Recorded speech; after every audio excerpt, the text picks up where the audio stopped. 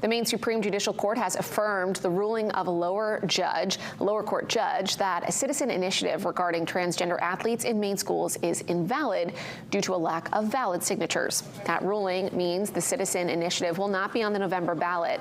In their ruling, the justices wrote the Secretary of State properly ruled that signatures collected by 4 circulators were invalid, so the petition fell below the constitutional threshold to be submitted to Maine voters. In June, Protect Girls Sports in Maine appealed to the High Court over a ruling from a judge in Portland.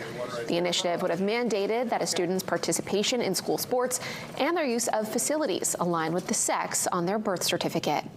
In a statement today, the Protect Girls Sports in Maine committee said it disagrees with the court's decision. They said, quote, "The law court decision emphasized the importance of the federal court's consent order in an earlier case, and we will seek clarification of that consent order in federal court as 1,520 otherwise valid voter signatures hang in the balance. We intend to see that process through."